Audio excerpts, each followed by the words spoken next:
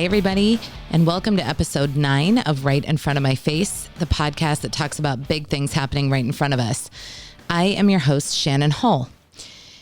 If you lived or went to school in Seattle in the late 90s, you may very well know my guest this week. Ronan O'Mahoney is one of the founders of the band Left Hand Smoke. Note by note, line by line, put it up for sale. He sat down with me to discuss the very uncomfortable topic of anxiety, which is something that Ronan and I both deal with on a daily basis. I wanted to get his take on this particular issue through his lens as a performer, but what came out of our time together was how anxiety has shaped his experience as a father and husband. If anxiety is something you or a loved one experience, this episode is dedicated to you. Shine on everything. You gotta let it. Okay, Ronan, so I feel like I should introduce you, and I've been thinking about how I want this intro to go, because I feel like a lot of listeners to this podcast are around our age, which is I am 41. 29. Ronan's 29 years old. But if you lived in Seattle in the late 90s. Late 90s, early 2000s, yeah. I feel like we all know who you were. This is Ronan O'Mahoney of Left Hand Smoke. Yeah. And Ronan didn't know this when we met, but I was a huge fan of Left Hand Smoke. And when I met Ronan, I have to say I was pretty proud that I kept it down low. That's good. My thing is I always feel like when I meet people now, they're like disappointed. Like, I thought you were so much cooler. You're just this normal, like boring dad guy. Oh my God, you're a dad that does preschool drop off. Exactly. Damn it. Yeah. Such a rock star life. So that is how I knew you. Now I know you through school, which is cool. Yeah. And through conversations, because we met, I showed you my podcasting studio that I had no idea how to use at the time. And I was like, hey, you're a musician. You might like these microphones I just bought. Aren't these fun? And we started talking about how to get you on the podcast and what we would talk about. And my immediate pull was to talk about music, because that's what I love and that's what I think is cool. But I think it's really cool that we want to go a little bit deeper than the obvious here, because Ronan is coming on what we're going to title the anxiety episode. and I'm sweating even saying the word. Nice. Me too.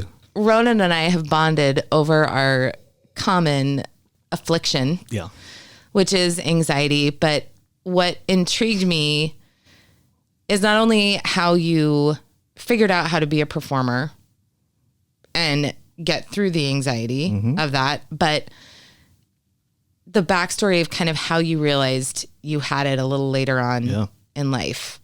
So as we talk about the anxiety episode, to inform it, can you tell us a little bit about yourself? Because you're not originally from Seattle. No. I was born in Ireland, moved here to Queen Anne Hill, Seattle proper, as I like to call it. It's proper. It is 1984. So unlike much of Seattle, I'm probably one of a more original Seattleite than a lot of the folks around here now. But I've been in Seattle, Queen Anne, then Greenwood, now Northeast Seattle. Yeah, you're a true 84. local. Yeah, went to St. Anne's School, Seattle Prep, UW. All of it. It's the list goes on. It's the track. Yeah.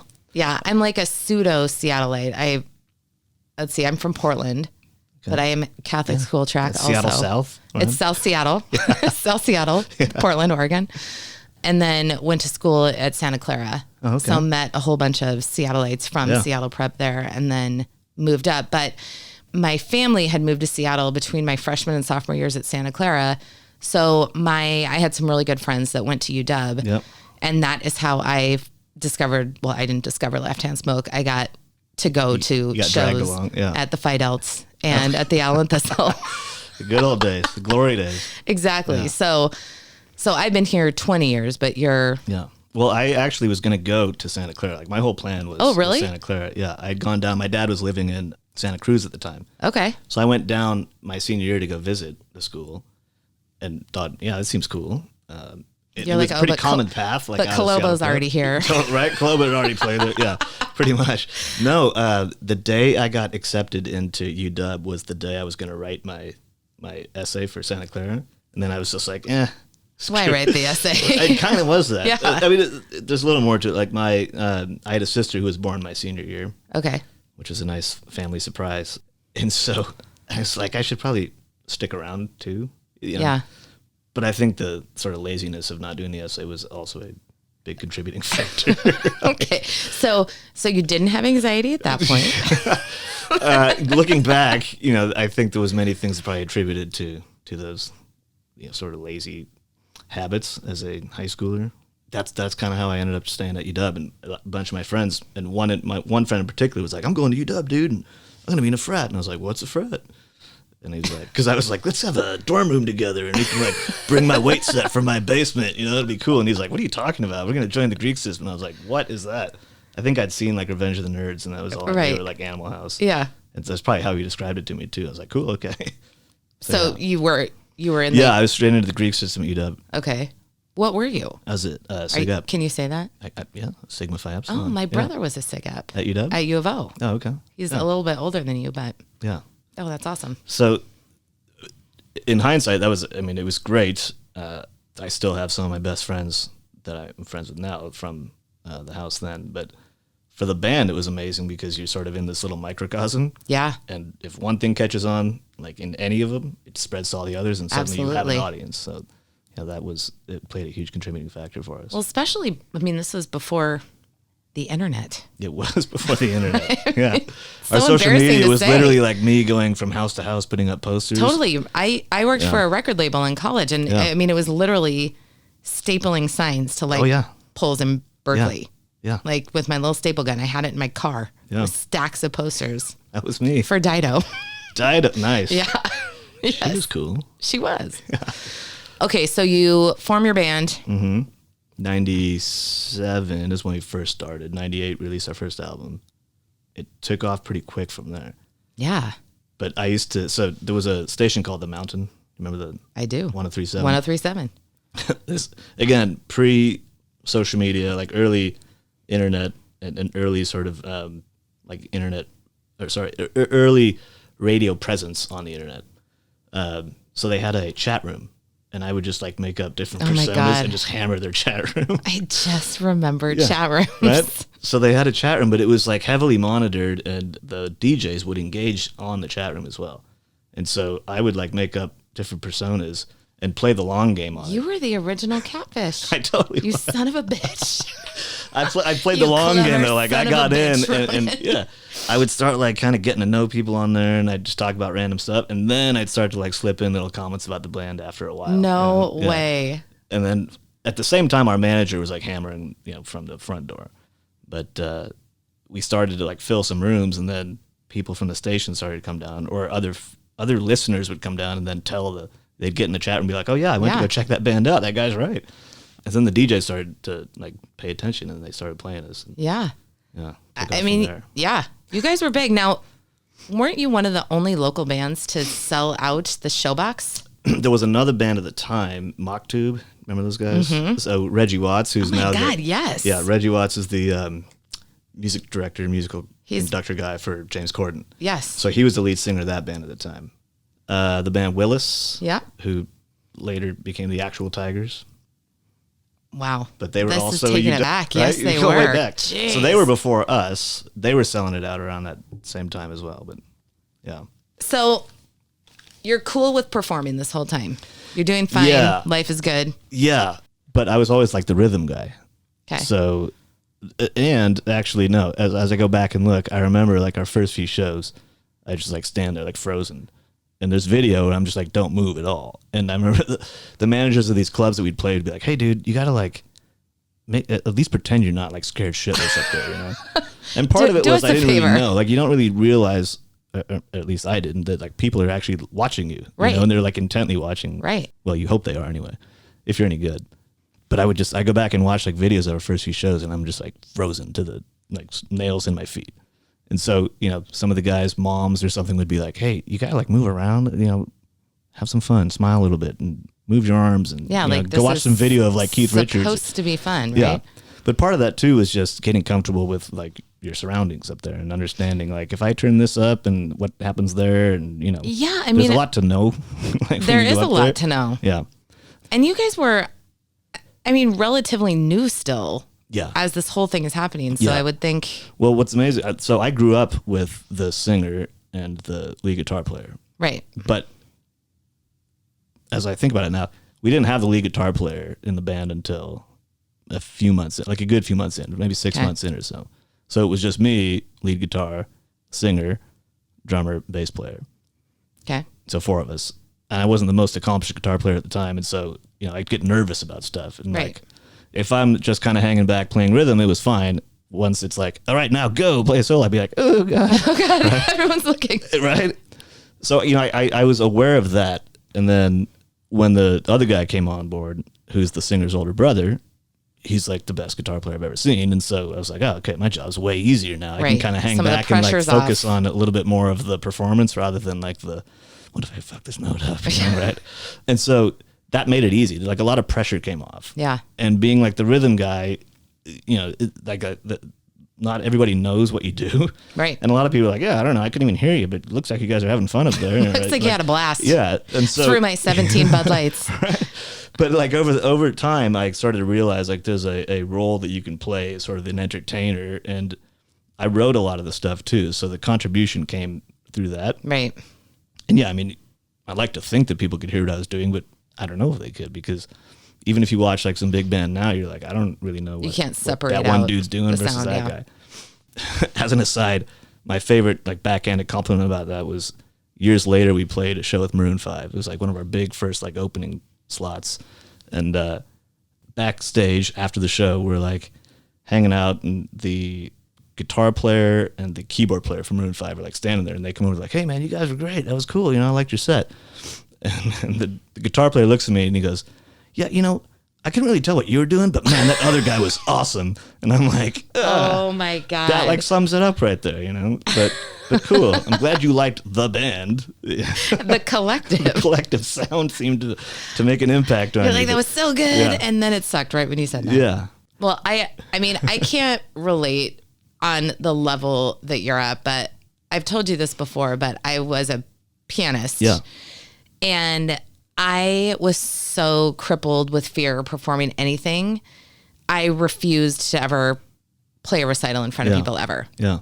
Like I couldn't. I mean, the fact that you could ever even get up on a stage in front of people and like do this thing that comes from your soul is impressive to me, because I look back and I wonder sometimes, like, would I have played in that big recital if I could have? And even to this day, I'm like, nope, no, I would not. Nope, I was fine. That was fine. I think what that speaks to sort of the different levels and types of anxiety, right? Because I've often sort of pondered, like, okay, am I just one of those guys who's like trendy anxiety? I mean, like everybody now says they have some level of anxiety, right? It's true. And some level of ADD and what have you. It's sort of like mindfulness. It's like a hot trending topic. It is. But people experience it in their own ways. And if you feel it, you feel it. You can't take that away from anybody. But I don't think I was ever necessarily, at least early on, the kind of person who would like pull myself out of a situation because I was going to be freaked out about it. I'd sort of like stubbornly shove myself into it and then suddenly realize in that moment, like, oh God, what have I done? But like fight through it, Yeah, I mean, but that's amazing. Yeah, but it was sort of offset with this desire to like always want to be out front and like be the person, but then like challenging myself, can I really do this? And in the back of my mind, it was always like, I don't really believe I can, but I think I can. I'm going to try and get there. So there's sort of this like duality going on where it's like, there's a subconscious thing telling me like, you can't do this. And then this other thing, like, I think I can do this. Like the Tony Robbins part of me where I'm like, I got to get out here and like, just go for it, But I mean, I think that's one of what impresses me about that is that that's a very mature take. I mean, you were young at that time. We were still just trying to fight through it. But that, I think a little bit that speaks to your calling to music. Yeah, maybe. Right? Because being able to recognize that that's something that you want to do and fight through the anxiety. I mean, like for me, the scenario that we're in right now, having this podcast, that's me. Yeah. Like I feel like I have no right to be here. You know what I mean? Like it's that thing, but I feel good about it and I want to do it. So I can fight through that like utter insecurity. Yeah, that's a good point. So to sort of go back to what we're saying, in a similar example, then, if you had like 6 other people around you and you were just part of a thing, it would probably be a lot easier, right? And they're like, you were part of a collective podcast rather than just being you, right? Yes. Which is how the band was always for me. Yeah. So when I first started playing, though, I had like these, and this is going back to 97, 98. It was always like, oh no, I could be like the singer and I can go solo and I can do my own albums and I can write my own things. And I never did. And I would write things and then be like, these are awful. This is awful. This is terrible. And I would just put it away and, wouldn't have the sort of tenacity to push through it because I didn't think it was any good. And years later, I sort of realized like, oh, okay, and you and I talked about this on the phone the other day. It's is that I'm a perfectionist or is that I just don't think I can be good enough, so I'm not going to do it. And there's, to me, that's how a lot of my anxiety sort of manifests themselves. Of like, if it's not going to be good, then I don't think I even want to try it. And I'm afraid to like put it out there. And I'm like my own worst judge on that stuff. Yeah. Whereas other people might be like, oh, I don't know, it seemed pretty cool. Like that was good. But I'm like, if it's not like the best thing I've ever heard, then I don't even want to try it. And that's totally shortchanging it. But when we got into the band situation and someone else was just sort of doing that heavy lifting, it was like, I can just contribute to this. It's kind of easy and I don't have to like put myself out there as much. But years later, I sort of forced myself into like, okay, you got to go. You've been thinking about this forever. You got to go do it. And it sort of came around where this person I'd gone to high school with, she like ended up marrying a guy who was a musician, and he ended up getting some gig at like the Triple Door, and he needed someone to play with him. So he was like, hey, I'm going to do this show. He called me. I'd never met him. He calls me up and he says, can you play a set as well? It's like solo acoustic singer-songwriters. Can you play a set? And I was like, yeah, sure, I can do that. And I hang up the phone. I was like, wait, what? I don't even have like any, I've never actually finished one of the songs I started. Like, and this was like 20 years later. So God. This is only like a handful of years ago. I had songs that I've been writing since 1998 myself that I never actually finished, but I was like, fuck it, I'll do it. And it was like a few months, the show was like, it was probably January and the show was in like April or May. And so I was like, all right, that gives me, 3 or 4 months to like finish these things. So I just like got to it. But I would think, going back, I think that my wife would say it was like the worst. She was like, dude, you are such a pain in the ass right now. Because I was like, I got to like finish this. I'm working in the basement. I'm like, I could think of nothing else. That was all I could think about. Like at work, I'd be like sitting there like scribbling. I'd go at lunchtime into my car. I'd be playing the guitar and like working like every day. It was brutal. And I was like, brutal. This is not, I said it to her. I was like, this isn't fun. Like I'm killing myself because I'm so like freaked out about this, but I have to go do it. It's that compulsion. Yeah. God, like, you creatives. Yeah, but like I got there and I was like, what have I done? Why am I here? I don't belong here. But I like pushed through it. It was okay, I think. And I did it a few more times. And that's how I like, for me, recognizing like, okay, you're going to like, this is going to be hard. You're going to hate this. You're going to freak out. You might have a panic attack. There's some things you can do to get through that. Maybe you have some glasses of wine or have some medication or something. But like, once you get through the other side and you realize you can actually do it, like that's the way that I start to fight the anxiety stuff. It's the same for public speaking. It's the same for, So at what point do you realize that like the clinical anxiety might be a thing for you? Once I started like getting into relationships, I had a girlfriend in college, and then I met Heather in 98. Heather's my wife. And we've been together ever since. But once you start spending all this like that concerted time with people, yes. They're like, man, you like have a really hard time making decisions, or you have a really hard time doing this or that. And I'd be like, do I really? I just thought like, never noticed that before. Right. So people start pointing things out a little bit. But there was a particular episode that started to manifest itself, and the result of which was it manifesting in more physical ways. When I was 22, I had a seizure like randomly, and the whole like feeling of just lack of control to me just became so real after that. And I, went to like all these doctor's appointments, like why did that happen and what happened? And nobody could really pinpoint anything around it. Which is so scary. It's super scary. And so just trying to like figure out the physical side of that, but then also there was like all these just emotional and mental things that came with it. Yeah. Because, you know, I'd find myself in like similar environmental situations, like, you know, if whatever situation I was in started to feel anyway like the situation I was in when that happened, I would like suddenly have a panic attack. And I'd never had that physical manifestation of it before. And so it was like all I could talk about. My mom started like making fun of me about it because she was like, dude, you're like so exhausting right now to like talk to, you know, because like leave it to a mom. I know, right? But like Stop. she would chalk it up to like you're an Irish man with this sense of like guilt and pain and you know everything else that goes with being Irish, you know. You can't help it, Ronan. You're Irish. Well, to the point where actually she bought me a T-shirt at Christmas time that said some quote of like to the effect of like, you know, I'm Irish, therefore I am like, you know, and I can't remember what the list of stuff, but I was like, I opened it up and I was like, okay, clearly something is going on here. Like that was one of the things, you know, mom with the T-shirt at Christmas time. And then, but as I would talk more and more about this, Heather was like, you know, I think that you have anxiety. You should go like talk to someone about this. So I went to go talk to people and they're like, oh yeah, I mean, totally. Like everything you're saying, you know, but they'd start asking me questions about like habits I would have or things I'd do when I was younger. And I had forgotten about the whole thing, but I was reminded through talking through all this stuff. When I was like 7, I had whatever that hand washing OCD was. Oh, yeah. I would wash my hands, and then I'd be afraid to turn off the faucet because there's germs on it. So then I'd like turn it off, and then I'd be like, shit, I gotta wash my hands again. Damn it. And I'd just be in there like over and over. Just circuitous thing. And this was right when we moved from Ireland. So, you know, my mom had called her sister, who was I guess a psychologist, and they're like, well, yeah, I mean, sure.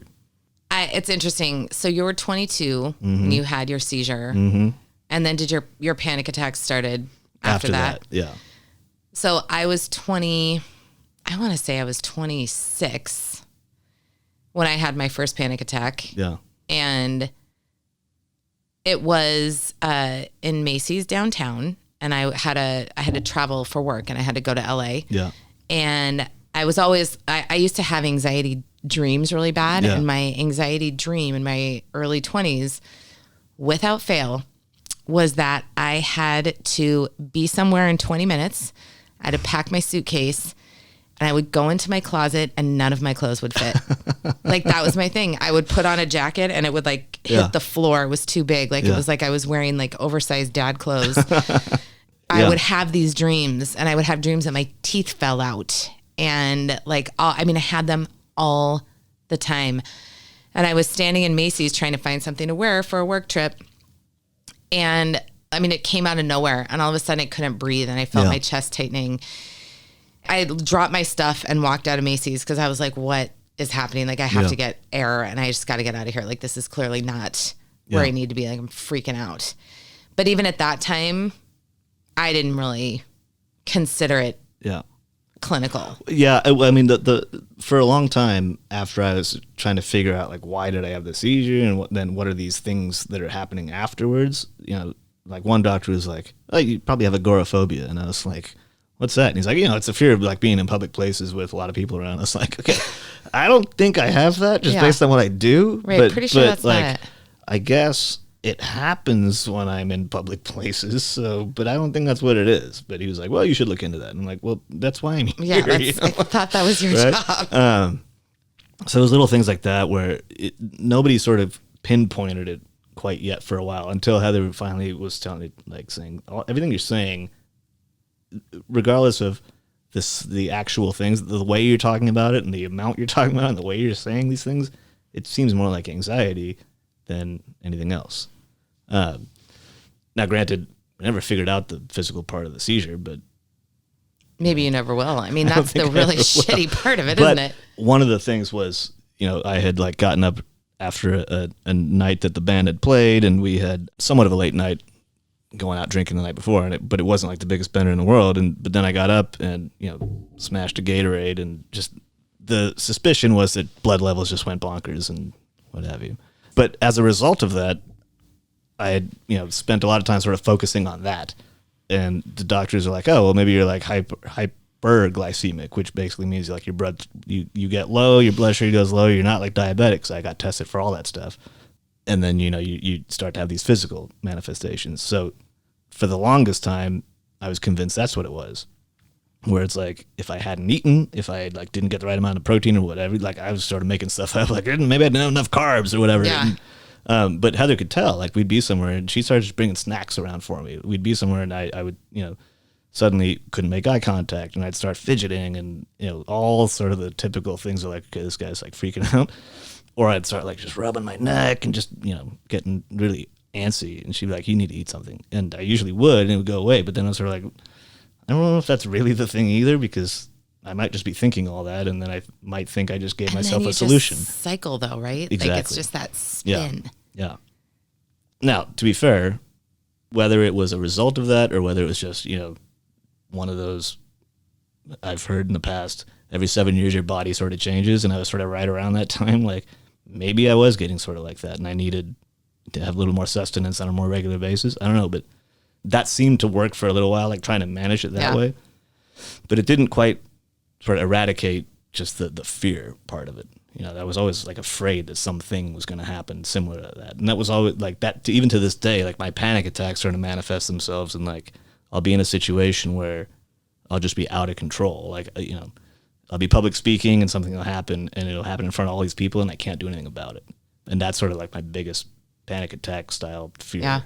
Public speaking, sometimes solo performances if I'm playing guitar, that's where I force myself to push through that thing, because it's not going to happen. It's a thought. It's probably not going to happen. Right? And later on, like years and years later, when I decided, okay, I'm going to like dig into this a lot more and start to go like see somebody on a regular basis. And it was more of sort of like on like a mindfulness level, not necessarily like straight up therapy, but more like mindfulness plus therapy a little bit. Yeah. Once they started introducing this idea of thoughts versus reality, that's when I really started to like feel like, okay, I can like get control of this thing, because anxiety to me is just thoughts. It's just like constant thoughts and worry, and it might manifest itself in physical ways, but it's because I've thought myself into that usually. See, that's interesting though, because it is an out of control thing. So my experience of anxiety, because this will circle back, but I had that initial panic attack and then didn't think about it again, kind of lived my life, couldn't sleep, always had nightmares. Then I got pregnant with my son and left my job and like was blissed out after I had my son. Like it was the best time. And my husband was like, oh my God, you sleep. Like, this is amazing. Like I usually think the exact opposite, right? Totally. Yeah. And I think your job was really stressing you out. And I think like that's what the differentiator was. Then the second that I got pregnant with Victoria, everything kind of changed and I felt different. I mean, my pregnancy was different. I felt miserable. I felt super anxious and out of control. Yeah. And there was a lot at that point in our lives that was out of control. So I just kind of thought it was stress. Yeah. But then I started having weird death thoughts. I got convinced that I would die in childbirth. Yeah. Also, I was convinced that I was not going to carry my pregnancy to term. But then once I had my daughter, it was the most out of control I had ever been. And I couldn't control my thoughts. I mean, Ronan, seriously, like it was bad. I wanted to install bars on all of our windows because I thought for sure one of my kids was going to fall out. I mean, it was just like dark shit. Yeah.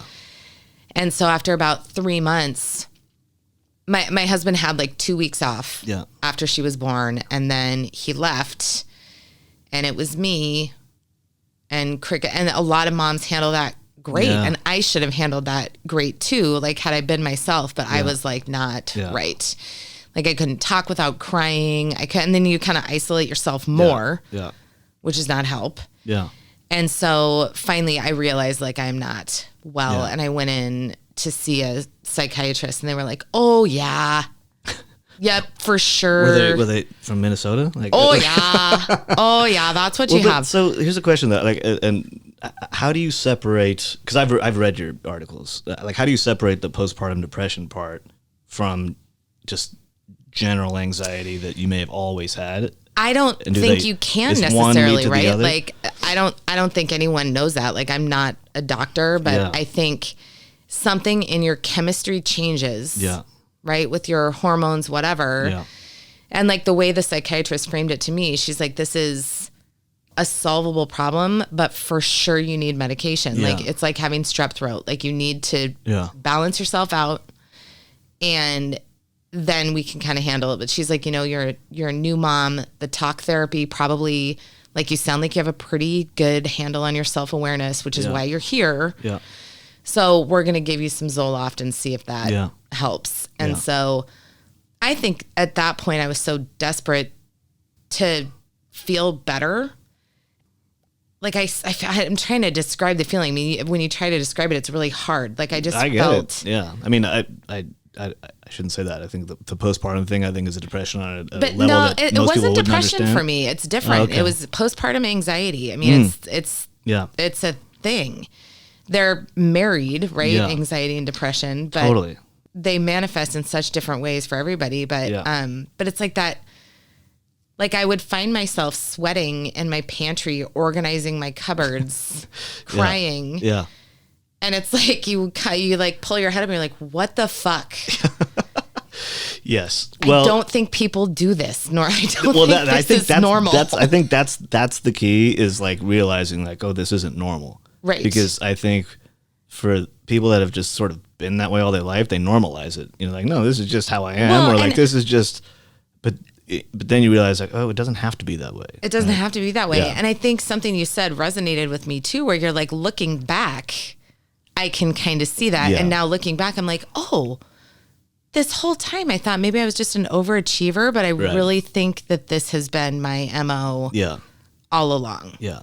Like I always struggle with the doctors being like, well, it might be anxiety or it might be depression. And I'm like, just the stigmas that go along with either one, you're sort of like, oh shit, I kind of hope it's anxiety. I know. Well, there's so much shame still. And I feel like one of the bigger differences between the women I know and the men I know are a lot of women are okay, not okay, but will admit it kind of and say like, yeah, this is real for me. Like but I don't know if that's as common for men to have those conversations with each other. Not in my experience. Like I when we talked the other day, I was saying, I think that I sort of pick up on little things that I hear people saying here and there, and I go, okay, sort of catalog that. Like maybe at some point I'll talk to this person about that, but they might be at a point where either they're trying to deal with it or they are dealing with it, and they're just being more vocal about it now, or they're not recognizing it yet. But there's little things, and there's been some people where I've said, a couple friends where I've said like, I think you might want to like maybe talk to somebody, and they're like, really? Huh? What do you mean? And that might have been them sort of shrugging it off, or maybe they really didn't know, and I sort of just left it, but left it open. Like if you want to talk about it, I'm totally down. But it's also one of those things where I realized that the only thing that got me to go look into it was talking more about it.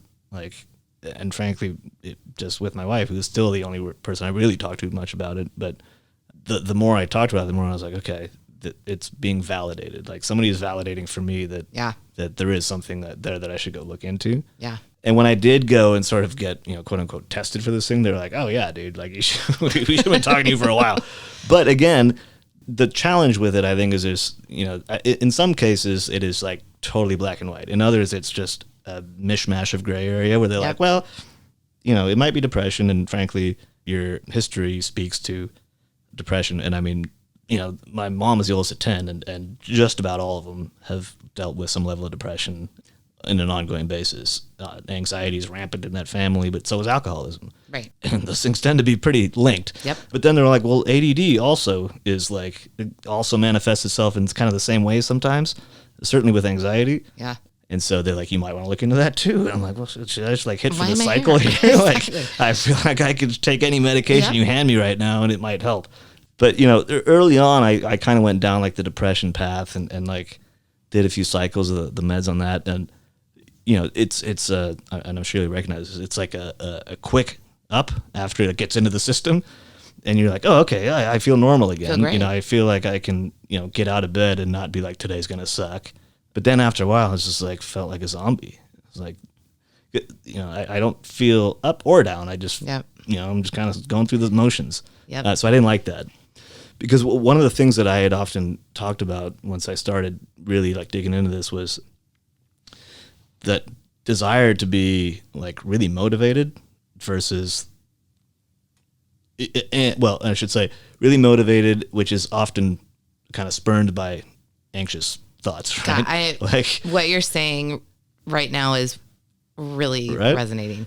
And they were like, oh, okay, this is a good topic. This is actually a pretty current topic. And you dig into like mindfulness. It's one of the things that people often struggle with is like, how do I stay really motivated but be okay with all my situations? Yeah. And I was like, how do you stay really motivated without being anxious? Because I feel like that's the thing that has like made me want to go and do more or be more or try to get further. 100%. And they're like, well, you can still do that. You can just feel better about it.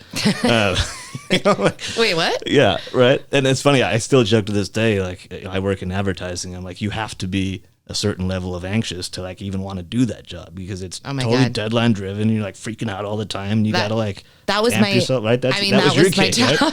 Right? So like you have to be kind of a but glutton. It was yes, you do, and you do. But to be, I am not on meds at this moment. Yeah, Zoloft really made me fat and numb, and to be completely clear, helped me out of a very dark place. Yeah. So it was like a cost benefit analysis, right? So I was on Zoloft for a couple of years. I got off, was off for a while, and then realized that no, I need to be back on these. Yeah. And so got back on, then wanted to try out not being medicated anymore. And it takes a really long time to wean off. I don't know if you've ever stopped, but I have, it took me a good 2 months to be okay off Zoloft, and that first week is real bad. Yeah. Even if you're just half dosing, it was really tough for me. And it was like thoughts versus reality. Yeah. Like you're like, this isn't real. Like you just have to talk yourself down. But now that I am off meds, realizing that motivating piece of my personality is actually something that I really like about myself. Totally, yeah. But it comes with that double-edged sword of like perfectionism with pitting out if things aren't going your way. Like, for example, I went to the theater with my family today, and it became very important that I get to the theater because they have those boosters. Yeah. Right? You need a booster. You got a 5-year-old. So it was like, we're going. Yeah. And we are getting a booster. And it was like, I tend to glom on to things like that. But like now my kids know, they're fine with it. Yeah. They're like, oh yeah, we're for sure getting a booster. Like, don't be an idiot. We're going to be there so early. But recognizing exactly what you're saying, like you're probably going to have some baseline level of jitters at all times. I think as long as you know that, great. Like you sort of use it, for good, not evil, right? I mean, you can talk to my husband about that. Right. No, I found that once I got, because I guess it was in my late 20s, early 30s where I sort of went through cycles of the med stuff. For me, it was recognizing how it feels to not have all the worry and just all sort of the underlying dark stuff. And once I got off it, I was like, well, I know how that feels. So that's all I kind of have to do, And as long as I sort of did my best to take care of myself at some level, which, I've never really been the best at, but being aware of that at least, like it was sort of the like knowledge is power thing. Like as long as I knew that feeling and knew that it existed, I was like, okay, I can aspire to that. And the rest is just thoughts. And it's just, my mind playing tricks on me thing. Well, I print out on my infographic here. Because I'm a mom and I was in advertising, so that's really that I can't read. But this one of looks the like things, an EKG reading. I'm like, wondering what it does. Is. See, when Ronan got here, I was like, "Hey, you want to know what gives me anxiety? My fucking printer." But it was like the common misconceptions about anxiety, and one of them, actually, it's written on here: always carry a paper bag in case you hyperventilate. But A misconception is if you have an anxiety disorder, it's important to avoid stress and situations that make you feel stress, right? So, but it's exactly what you were saying is that like you can't avoid life. No. Right? You can't. That's just not a thing that's going to happen, and sort of a healthy way to deal with it, which is amazing that you kind of chose that road before you even knew that you had anxiety. It was like, this is going to be terrible. Yeah. But I feel like I need to do it, so I'm going to lean into that. Right. Well, feeling. Yeah. I mean, that's an interesting one. I don't know. Go through the list. We'll come back to them because that's a good one to come back to. We'll flag that. I like this one. If you eat right, exercise, avoid caffeine, and live a healthy lifestyle, your anxiety will go away. That's not true. I don't know. I should try it. I haven't tried it either. I've tried the exercise actually really does help. You know what? I will say everyone I've ever talked to has been like, it may not go away, but it's going to help you a lot. Yeah. You know? It does. I mean, I don't know if anything makes it go away. In fact, again, I come back to like your thoughts versus realities. Mm-hmm. My husband was out of town this week, and I'm actually fine being in our house by ourselves. Like we have an alarm and it doesn't really bother me, but I was laying down to bed and I'm laying there in the dark and I'm like, what if somebody broke into our house? And then I started like going down this really dark road, and that happened. Like that is the thing. That is what my anxiety does to me, is like those thoughts come in, like the ability to recognize and say, okay, hi, this is not real. Yeah. Like we are going down this path. Like it is like a pep talk at midnight. We're like, hey, Shannon. Hi. Hey. Welcome back, anxiety. Yeah. Great to have you. I need to go to sleep now.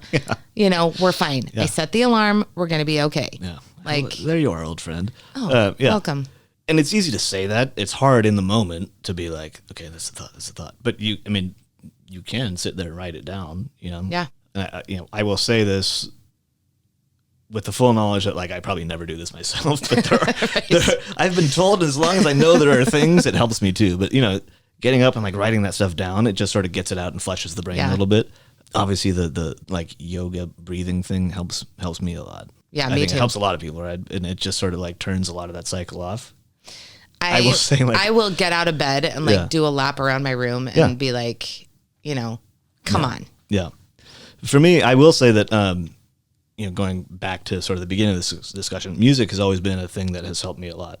And there were times when, as a kid, I used to play the drums and I could just sort of like get in a groove, and it was almost like being in like a transcendental like yoga meditation thing. Totally. Like I'd get in a groove, close my eyes, and just go, and I would lose sense of time. Yeah. And that's all I focused on. And that was when I was like 10 or 11. And I can remember specific times where I would be like up at my drum instructor's studio, and he would have older students there, and he'd be like, watch this kid. Because he'd see me like close my eyes and just like sit there and like lean into this groove, and like I'd go for like a few minutes and they'd be like just watching me. And then later on, like in college, if I was kind of like,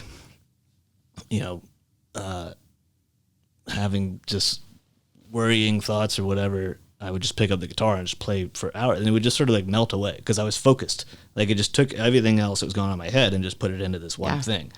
So to this day, like if I know that I'm sort of freaking out, I can go do that. So I have that outlet, which is nice. Yeah. Right? But it's the same as sort of like, okay, I'm going to breathe for 2 minutes or what have you. Like mine is working out. And in my early 20s, like I was,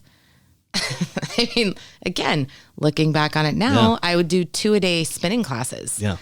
Because it was just like, that's excessive. 2 a day. It perhaps resulted in a torn labrum in my head. There you go. Okay. But yeah, I loved it. And I mean, again, like part of my personality, I'm a little aggro, but having that outlet even now really, really helps. Like exactly what you said, like getting to a place where you cannot think about anything else and getting whatever release you need from it. Well, I used to play soccer, and I remember saying to an uncle of mine, I was like, God, it's so great. I go play soccer once or twice a week, and like you that's all you focus on, and you sort of everything else just melts away, and all your worries for the week go away, and for that 1 hour or an hour and a half, like that's all you think about. And he goes, yeah, well, how could you think about anything else when you can't even breathe? Like when you're like when your legs hurt and you can't breathe, and you got your chest is killing you. I'm like, oh, that's another way to put it. Yep. You know, I was coming more from a peaceful place, but now that you mention it, I'm like brutally out of shape. So actually, that's probably why. Yeah. So I think all the time about my kids. I mean, we have kids that are similar ages. How do you kind of cope with the reality that they, being Irish, may also have this affliction? I mean, how does that translate for you into being a parent? It's tough. I see it, you know, I definitely see it. You know, we're constantly trying to learn how to manage it ourselves, frankly, about anything in life. But like, absolutely. You know, we're trying to, that's the thing we're trying to learn too. And kind of being preachy to kids about like, all right, you got to like sit down and breathe. Take your rainbow breaths, goddammit. You know, like without really doing that ourselves. I mean, I find myself like getting angry at them, like telling them to take rainbow breaths. Oh my God, I just did that today. So, why are you so tense? Right. Stop freaking out. Calm down. Yeah. I have the worry about like labeling it with them at that age. Once you start sort of telling them about that stuff, like you might be different. Like that's a tricky one. You might just really love the drums. Yeah, well, that's like a lot. You know, I can see where that stuff. You know, my daughter is really good at piano and will sit there and like just zone out on it. You know, and that's a great outlet for her. I think the little guy might want to play the drums at some point. I think it'd be a good outlet for him. But regardless of whether it's a helpful thing or not, it's always going to be a good outlet, right?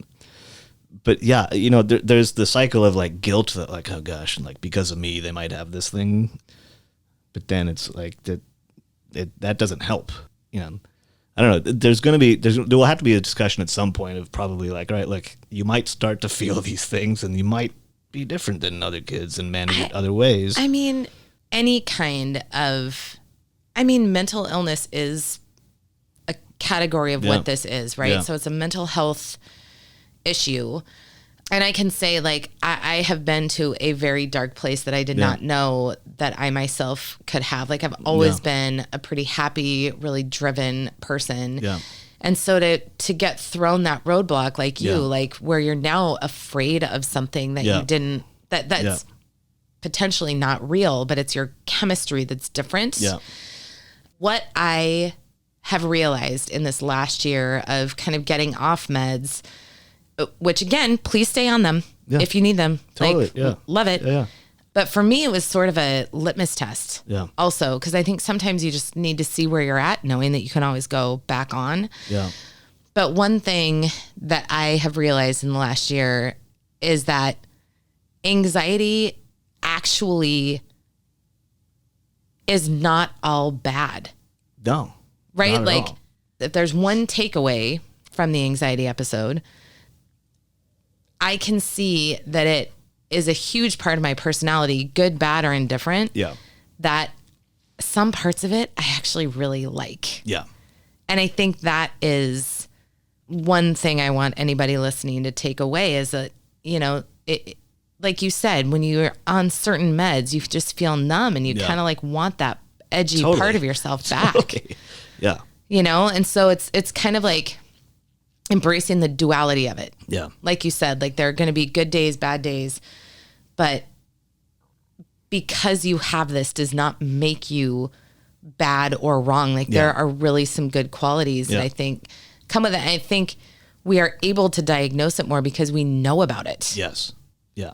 Right? Like we absolutely know more than we did 20 years ago. Totally. Yeah. And would I have been able to accomplish what I accomplished without anxiety? Probably not. Yep. It's a part of you, you know, so you got to get like cool with that. Right? Like it's not like it's just going to go away. Right. It is always going to be there. It's just how you tend to manage it is different, and recognizing like this is what's happening right now. Like just because you know about it doesn't mean there's not going to be panic attacks. It's going to happen. Yeah. Right. But also even just knowing it's going to happen, when it happens, you go, oh, that's what's happening right now. Yeah. And you know, you're not going to die. Right. Right. Yeah. You know, you think you are that first time, but then you realize you're not, and you just need a few like minutes. Yes, exactly. I listened to a lot of podcasts about this, and Tara Brach is one who's amazing. I think it was one of hers. She was telling a story about somebody who was like a pretty well-known public speaker. I can't remember what it was, but it was like a pretty big event. This guy was doing a speech in front of, maybe a few hundred people, maybe like 1,000 people. And he came out on stage and sat down and didn't say a word, and then sort of like put his head in his hand and was like sweating, nervous, heart pounding, shaking, and was saying this like into the microphone. Everyone's like, what is going on? And then after a minute or two, he was like, I'm sorry, folks. I'm having a little bit of a panic attack right now, but I'm naming what's going on. I'm recognizing it. He's going through like the recognize, analyze, investigate, and I can't remember what the fourth part of the RAIN thing is. I don't know if you're familiar with this. Yeah, I can't remember either. But he's basically going through that practice in front of hundreds of people and just walking himself through the whole thing and out of it, right? Which is pretty amazing. Yeah. To be A, that comfortable with it. Yeah. And B, like that knowledgeable about like, this is what's happening to me right now, and I'm going to be okay in a minute. I just got to like work through the steps. I'm like, okay, that's cool. Like, that's what's happening. And so for me, it's like, as long as I know that this is what's going on, then I can sort of be okay with it. I'm never going to be totally okay with it because it's not fun. No. But like, you don't love it. Like, you don't love when those pit sweats start happening. Right. And I know what my triggers are too. Like, I mean, I've had panic attacks in the last year. Yeah. And I think passing you or I on the street, you would have no idea. Totally. That's actually a big part of it. Most people would be like, what are you talking about? You're like the guy that's always out in front cracking jokes, and like you're the guy leading the discussion in the room, and you're like the dude that leads the team at work, and da-da-da. But that's all like a little bit of a, I push through that. Yep. And it's a little bit of a cover up too. I've always been like, I've dealt with it by being sort of a front man in a way of like joking and, always being really, outgoing and stuff. But like inside, I'm like, oh God, did that joke land? Was that I don't know. Is this going okay? Is everyone like good with what I'm saying right now? Like, yeah. Well, I cannot thank you enough for coming on. I think your voice is awesome. Thank you. And I really appreciate you getting so vulnerable and real talking about this, because it's super uncomfortable. Yeah. But like anything else, I feel like if one person hears this and is like, ooh, maybe I tick this box, then I feel like we will have made something else good out of the anxiety that we experience on the regular. Every day when I wake up and feel the need to clean my cupboards. Indeed. All right. Well, thank you, Ronan. Thank you. This has been great. This was an enjoyable hour, even though now I'm going to wonder if I'm going to go into my closet and have a panic attack later. Well, thank you. This has been good. You gotta let it shine on everything. You gotta let it. Let the record show that I did not have a panic attack or clean my pantry out in an anxiety-driven frenzy at any point after this show was recorded. A huge thank you to Ronan for your vulnerability and honesty during this interview. This was a side of you that we haven't gotten to see, and I really appreciate you sharing it. Another thank you to Left Hand Smoke for permission to use their music during this episode. If you like what you hear, please rate or review it on Apple Podcasts. If you have questions or comments, please email me at infrontofmyface@gmail.com. Find me on Instagram at Right in Front of My Face, Twitter at In Front of My Face. Just to give you a quick update on the show, episode 10 will air in 2 more weeks, and that episode will be the final one in season 1. I cannot believe it myself. I'm already busy recording for season 2, which will tackle topics like how to talk to our kids about race, the new nonviolent peace movement, and the opioid crisis.